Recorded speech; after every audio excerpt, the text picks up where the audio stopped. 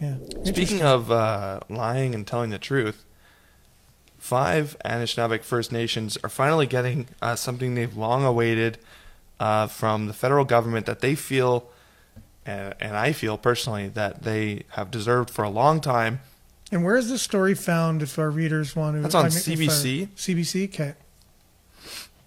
So Grand Council Chief of Anishinabek Nation says that 5 member communities have signed on to an agreement with the federal government. It's a big step towards self-governance. So those 5 groups are Moose Deer Point, Wahnapitae, Nipissing, Magnetawan, and I can't even say this last one.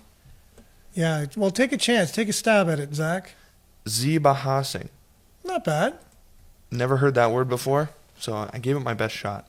Anyway, he says Anishinabek Nation Governance Agreement is the first self-government agreement of its kind in Ontario. It marks an important step away from the Indian Act for the signatory Anishinabek First Nations. And obviously this doesn't go far enough, but self-governance was always really important thing for First Nations people, and this seems like a step in the right direction. So finally some good news. Definitely, yeah. On that front. And a long time in the making. I think that's going to continue to be, what does it mean, self-governance, and continue down that river, so to speak, to keep along with your analogy. And what does the future mean for First Nation self-governance, right?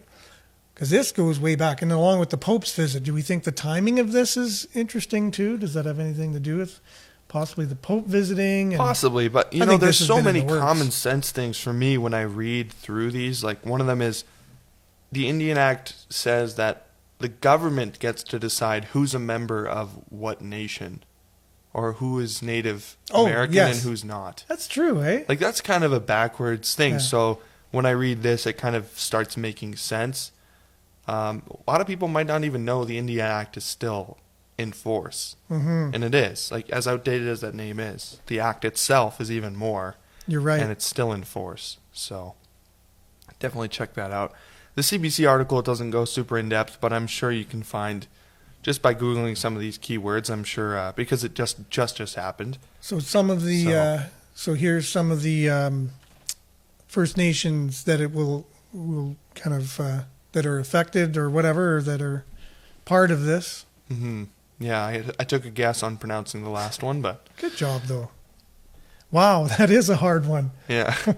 Lots of double letters. Oh, and man. I actually took a class at Laurentian on Anishinabek.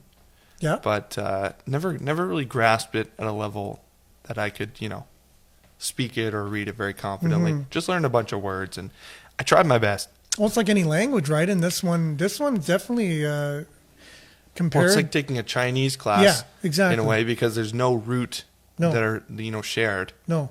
At best, you might get a couple of words that are the same because they were invented after the languages came together. Kind of thing, exactly. Yeah, it was tough. Very tough language for sure. Languages too. Definitely gave it a shot. Anyway.